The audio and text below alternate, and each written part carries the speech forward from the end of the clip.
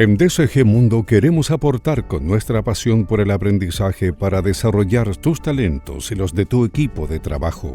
Te invitamos a conocernos y participar de esta actividad que hemos preparado para ti.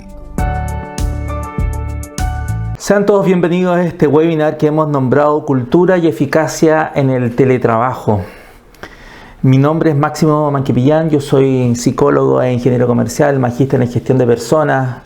Me he dedicado en mi experiencia a la consultoría en empresas y desarrollo organizacional, y junto a DCG Mundo quisiera invitarlos a conocer la importancia de desarrollar un cambio cultural ligado al teletrabajo, esta cosa tan de moda hoy en día, ¿no? Luego de la presentación del tema responderé a algunas preguntas al aire y las demás serán contestadas por escrito. Pueden enviarme sus preguntas de manera directa por medio del chat, ¿ok? Vamos a comenzar. Estos han sido titulares que han aparecido en la gran mayoría de los diarios últimamente. A muchos de nosotros el tema del coronavirus nos agarró de improviso. Ya veníamos con el problema de la crisis social.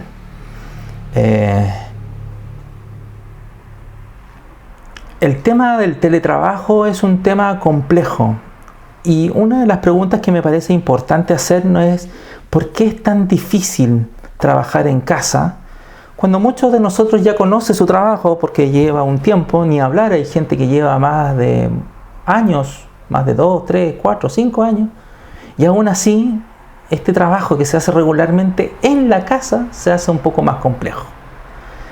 Esa situación es la que vamos a tratar de un poco profundizar ahora, ¿no? Este es un dibujo, una caricatura de Alberto Montt. Grafica la relación que existe entre una persona y su ansiedad. Representa una conversación. Esta ansiedad está en esta caricatura en un monito rojo, ¿no? En este dibujo la ansiedad le advierte que tocar nuevamente la llave después de haberse lavado las manos provoca una nueva contaminación del coronavirus, lo que implica tener que lavarse las manos nuevamente.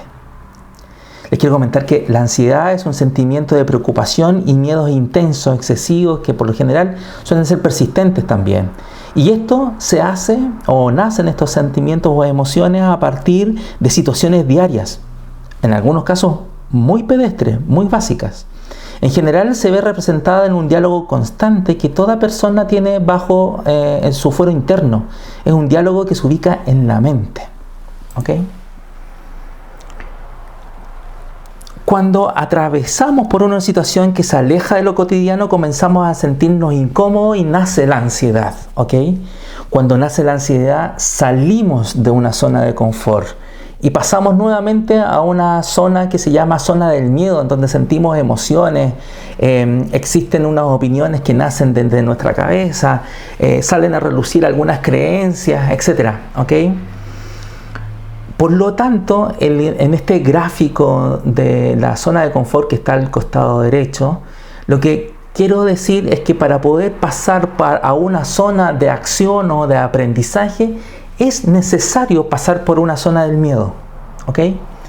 Lo importante es que para que nosotros tengamos o lleguemos a un nuevo éxito, a una nueva zona de confort, es necesario enfrentar el miedo y tenemos que superarlo. Vamos a pasar por ahí. Hay algunas personas que se quedan hasta ahí, se quedan paralizados ahí, y esa zona dura mucho tiempo. La idea de fondo es cómo tratamos de que la zona del miedo dure lo menos posible, ¿ok? Tenemos que, por lo tanto, pasar a una zona de aprendizaje con los miedos a cuestas. Y por lo tanto, lo que tenemos que tratar de entender es que cada situación que se presente hay que enfrentarla como un nuevo desafío. Cuando enfrentamos el desafío y lo logramos, generamos una autorrealización y por lo tanto aumenta nuestra autoestima. Algunos principios para que la cultura del teletrabajo se instale son los siguientes. Primero hay que asumir de que nada es igual a lo que teníamos antes. El teletrabajo hace que todo esto sea distinto. Por lo tanto, no intentemos hacer recetas anteriores y aplicarlas ahora. Si lo intentamos, seguramente nos vamos a equivocar, y si nos equivocamos tenemos que enfrentar esa equivocación, vivirla, darle un espacio, Por lo tanto, aquí equivocarse es algo importante. Lo segundo es que confíe en el equipo. Gestione a partir de la confianza. Ya nos sirven estas formas antiguas de trabajar en donde trabajábamos por tarea, en donde le pedíamos a la persona que llegue una hora y salga a otra hora. No. Por lo tanto, ahora hay que trabajar en base a metas, ¿ya? Esto es algo absolutamente contracultural. Todavía existen organizaciones en nuestro país que trabajan por horarios de trabajo. Usted tiene que ingresar a las 8:30 y salir a las 6:30. Y si usted no tiene nada que hacer, no importa. Lo importante es que usted esté sentado en su escritorio. Ahora, hay que confiar en el equipo y sentarse básicamente en las metas. Y por último, hay que instalar una cultura de la cooperación. Cuando hablamos de cooperación, hablamos de la posibilidad de apoyar al otro en el objetivo de la meta, ¿no? Por lo tanto, una forma que tenemos hoy de tratar de gestionar la nueva cultura es a través de distintos métodos. Yo aquí les traje el método ADKAR, pero existen otros, como por ejemplo el de Kotter, ¿no? ¿Por qué es necesario hacer un cambio cultural y hay que posicionarse en un método? Porque de una u otra forma los métodos nos ayudan a ir paso por paso. El método ADKAR, que es un método corto, sencillo de entender, coloca en primera posición a la conciencia, es decir, tenemos que tomar conciencia de la importancia de un cambio. Por ejemplo, de aprender a trabajar desde la casa, ¿ok? El segundo paso es manifestar un deseo, y para manifestar un deseo hay que comprometerse y entender de que el cambio va a efectivamente traernos beneficios. El tercer paso tiene que ver con el conocimiento. Vamos a tratar de tener que saber cómo cambiar. El conocimiento es un resultado de la capacitación y del entrenamiento. Y ojo que en el entrenamiento, en este ir probando, nos vamos a equivocar. Por lo tanto, hay que enfrentar la equivocación como un espacio para conocer mejor. Después de conocer, viene el desarrollo de una habilidad. Es decir, vamos a saber hacer.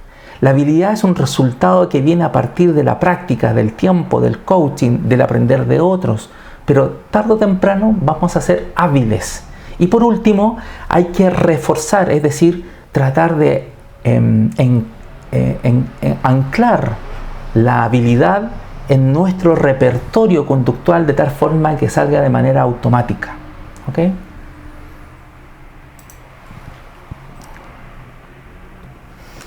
El teletrabajo, por lo tanto, uno de los grandes temas, tiene cuatro grandes preocupaciones fundamentalmente hoy en nuestro país y que son al final los que van a de una u otra forma también definir esta presentación. Los grandes desafíos del teletrabajo tienen que ver con el liderazgo y el trabajo en equipo, con la organización de la tarea, con la salud mental y ocupacional, y en algunas organizaciones tienen que ver también con cómo hacemos ahora para enfrentarlo desde el punto de vista del marco regulatorio, es decir, desde la ley del teletrabajo. ¿Okay? Por lo tanto, en esta presentación vamos a ir de una u otra forma revisando cada uno de estos puntos. A ver, ¿qué es lo importante? Muchas personas definen el liderazgo de distintas formas, pero en realidad todas ellas coinciden en que el liderazgo tiene que ver con una influencia hacia un grupo. ¿Ok? Entonces, no existe liderazgo si no hay un equipo. Pero una de las cosas interesantes es que no existe equipo si no hay tarea. Es decir, un equipo de fútbol no se va a sentir equipo si no logra meter goles y ganar campeonatos. Podría ser un equipo, pero si no mete goles ni gana campeonatos, las posibilidades de que efectivamente se constituya como equipo son muy bajas. ¿Ok? Y la gran tarea subyacente que la gran mayoría de los equipos tiene que hoy vencer tiene que ver con la dispersión. ¿Ok? Entendemos por dispersión el grado de cercanía o lejanía en el que se encuentran los miembros de un equipo.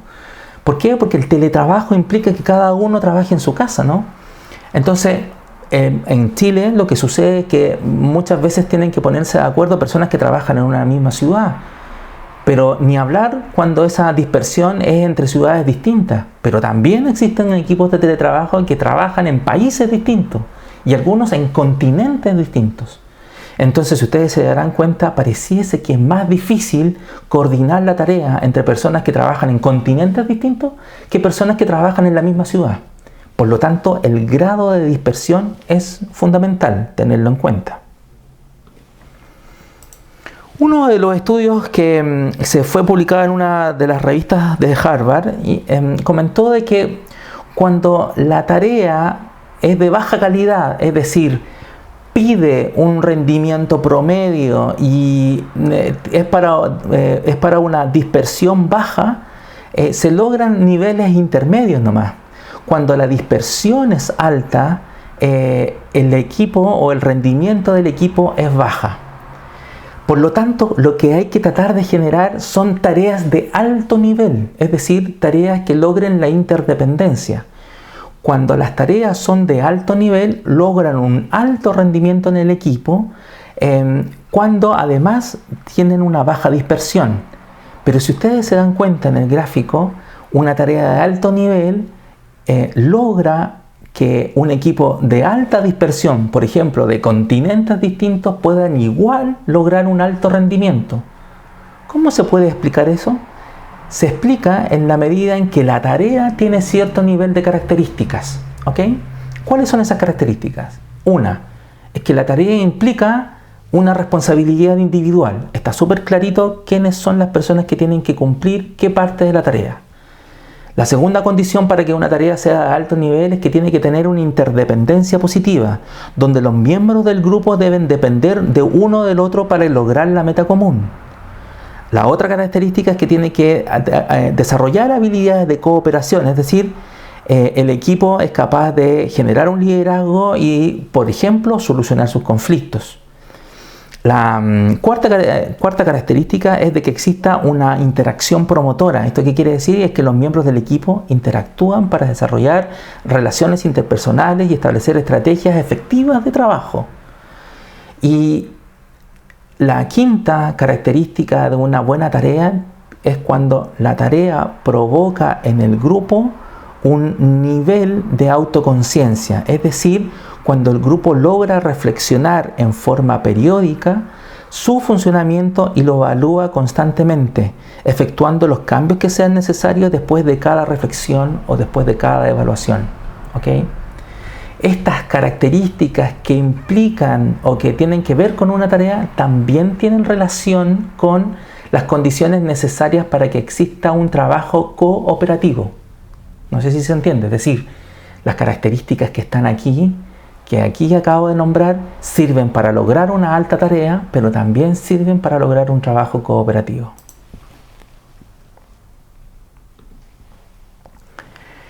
Con respecto a la salud mental y la salud ocupacional, quisiera recomendarle algunas buenas prácticas.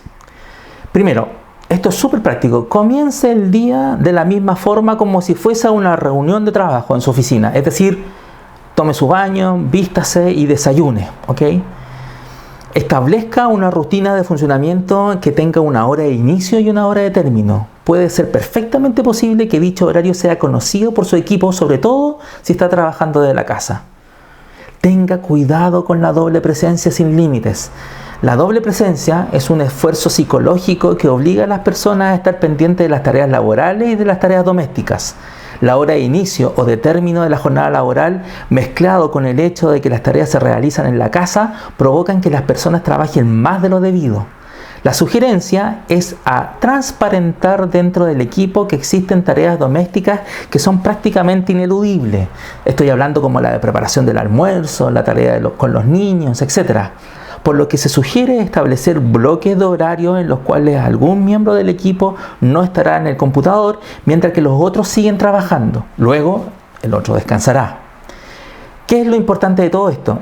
Es dejar que el equipo se organice de manera independiente. ¿Ok? Eso es lo mejor que podemos, y para eso, ¿se acuerdan que estábamos hablando de la confianza? Hay que confiar en que el equipo se va a organizar. A partir de lo anterior se sugiere utilizar agendas públicas, como por ejemplo la de Gmail, en donde quede visible para todos en qué situación o en qué reunión está cada uno. Converse con los miembros de su familia, comunique a los demás sus horarios de reunión por videoconferencia o en especial de la concentración de las tareas de trabajo, para que su familia también pueda ayudar a regularlo a usted en su trabajo. Apague sus dispositivos para redes sociales. Esto de cajón, distraerse en la casa es súper fácil. Me parece importante que usted tome en consideración el tema de la ergonomía. Esto tiene que ver con la salud ocupacional. Cuide su ergonomía, ¿ok? Trabaje en el mismo lugar y realice algunas rutinas de ejercicios, ¿ok? Que le permitan soltar las articulaciones, soltar la ansiedad, ¿ok? Lo importante de todo esto es que siempre trabaje en el mismo lugar. Una de las cosas que me parece importante es que usted pueda mantener una comunicación o una interacción promotora. Esto se materializa fundamentalmente en cómo realizar reuniones efectivas. Utilice las herramientas de videoconferencia que le permitan una mejor coordinación. Puede utilizar el Zoom, el Skype, el Hangouts, que yo creo que deben ser las más utilizadas. Y procure seguir los siguientes criterios para una reunión efectiva. Primero, defina un anfitrión en el que pueda confiar la coordinación de la reunión. Envíe un día antes, al menos, una tabla de la reunión y el objetivo de esa reunión. Defina hora de comienzo, pero también defina la hora de término. Tome en consideración que ninguna reunión debiese durar más de 45 minutos. Todos pueden participar en la reunión, sin embargo, tenga en consideración 4 principios básicos. 1. Ocupe la palabra en no más de 3 minutos. No intervenga diciendo algo que ya se dijo. Intervenga solo cuando contribuya al objetivo de la reunión. Y por último, sea asertivo. Tome nota de los acuerdos y envíelos por mail posterior a la reunión, ¿no? En términos generales, nunca olvide que, esto es súper importante, si la reunión se puede informar por mail, no es necesario que haga la reunión. Y lo segundo es que la ansiedad tiene su manifestación más básica en el habla. Por lo tanto, si para los asistentes de su reunión se le hace muy difícil mantener el silencio y la verborrea es muy alta, es un indicador claro de que hay que contener emocionalmente.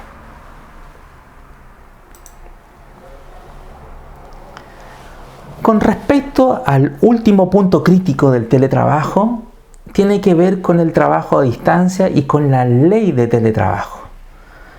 Para esto no voy a profundizar mucho porque en realidad sería dar la lata con respecto a la ley, pero sí me parece que es tremendamente importante tomar en cuenta 5 puntos fundamentales. La primera es que el trabajo a distancia y el teletrabajo en esta ley estarán regulados en el Código del Trabajo, ¿ok? Por lo tanto, usted la tiene que ir a buscar ahí, en un anexo especial que se va a llamar teletrabajo. El teletrabajo tendrá los mismos derechos laborales de cualquier otro trabajador, ya sea de manera colectiva o de manera individual. El trabajo podrá pactar, distribuir libremente su jornada de trabajo. ¿Por qué esto? Porque se entiende de que usted va a trabajar desde su casa. Y en la casa también hay deberes que cumplir. Por lo tanto, las jornadas de trabajo deben ser reguladas, deben ser conversadas, ¿ok? Evidentemente, todo esto si las funciones lo permiten. El teletrabajo implica también, o la ley de teletrabajo implica que el trabajador podrá combinar tiempos de trabajo presencial en su empresa con tiempos de trabajo fuera de ella. Y la ley de teletrabajo implica también que los equipos, los materiales y las herramientas deberán ser otorgados por el empleador al trabajador. ¿Ok? Espero que esta haya sido una presentación que haya sido de vuestra utilidad. Paso ahora a contestar las preguntas que nos hagan. Muchas gracias, que estén muy bien. Bien, quiero agradecerle a todos por su atención hasta este momento. Contestaremos ahora algunas de las preguntas que nos han enviado y las demás las responderemos igualmente por escrito. Rodrigo Hernández nos pregunta ¿qué significa gestionar la confianza? Es una súper buena pregunta, en realidad. Lo primero que debemos señalar es que la confianza es la capacidad de responder a lo que la gente espera de ti. Eso es como una definición más básica, ¿no?, de la confianza. Por lo tanto, cuando hablamos de gestionar la confianza, hablamos de la capacidad que una organización genera para que las personas que componen los equipos cumplan con lo dicho o con lo prometido. A mí me parece importante señalar que la gestión de la confianza es tal vez la herramienta más poderosa para vencer la incertidumbre. Hoy, cuando no sabemos casi nada de lo que sucederá mañana, lo único en que podemos confiar es en la palabra del otro. Por lo tanto, la gestión de la confianza parece ser una herramienta útil para vencer la incertidumbre. Otra pregunta que nos hace Eliseo Carmona. ¿Por qué el trabajo implica un cambio cultural? ¿Por qué el teletrabajo implica un cambio cultural? Básicamente porque el teletrabajo es algo nuevo para nuestro país en general. O sea, muy pocas empresas habían instalado el teletrabajo como parte de su cumplimiento de tareas, ¿no?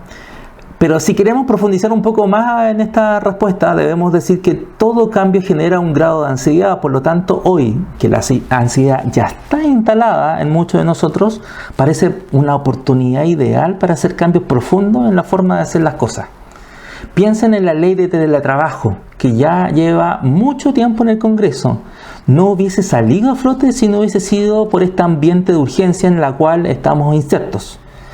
Entonces, casi todos los modelos de cambio cultural, como el ADKAR, que es el que presenté ahora, o como el de Kotter, por ejemplo, posicionan al sentido de urgencia como el paso más importante para generar un cambio cultural. Entonces, yo creo que el tema de la ansiedad, el sentido de urgencia, es el primer paso para poder hacer este cambio cultural. Y utilicemos el teletrabajo como puntapié inicial, ¿no? Otra pregunta que nos hacen, Marisol González: ¿por qué la rutina es importante en este tipo de situaciones? Sí, cualquiera pensaría de que la rutina agobia, ¿no? Sí, agobia, pero en momentos de incertidumbre genera otro el efecto. A ver, la rutina es la consecución de hechos programados. En el fondo, es la realización de un programa de actividades que se debe hacer de manera permanente y con cierto grado de rigurosidad cada día. Por lo tanto, cuando sabemos lo que haremos en un rato más, nos apegamos psicológicamente a una pauta que vence la ambivalencia y la incertidumbre. En cierta forma, con una rutina no dejamos al azar ni las circunstancias se impongan en nuestra vida y por lo tanto obtenemos una nueva zona de confort que nos permite enfrentar estos tiempos difíciles. Bien, muchas gracias por acompañarnos en este webinar. Esperamos que les haya sido de completa utilidad. Como les comenté, el resto de las preguntas las contestaré por escrito. Muchas gracias. En DCG Mundo creemos que los cambios nos impulsan a seguir adelante, crecer y adaptarnos. Juntos podemos aportar a una sociedad mejor y con personas más felices. La capacitación es nuestra herramienta.